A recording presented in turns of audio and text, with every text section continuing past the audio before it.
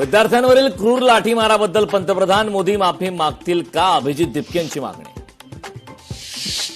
सरकारकडून ऐतिहासिक कर्जमाफी नाही तर ऐतिहासिक फसवणूक. शेतकरी नेते रघुनाथ दादा पाटील यांची मागणी.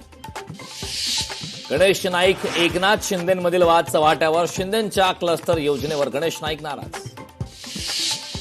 शिरूरमध्ये वेळ नदीवरील पूल गेला वाहून. गावांचा संपर्क तुटला. सर्वाधिक पाऊस नाशिक जिल्ह्यात. सर्वात कमी पाऊस नंदुरबार जिल्ह्यात. 15 ऑगस्टनंतर पुन्हा एकदा जोरदार पावसाचा इशारा. शिरूर शहर आणि परिसरातील रस्त्यावर खड्डेच खड्डे. दुरुस्ती न झाल्याने नागरिकांची नाराजी.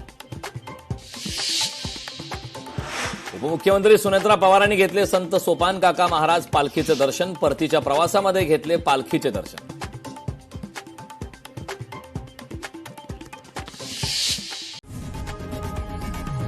लोकशाही मराठी ऐका, पहा, जागरूक रहा.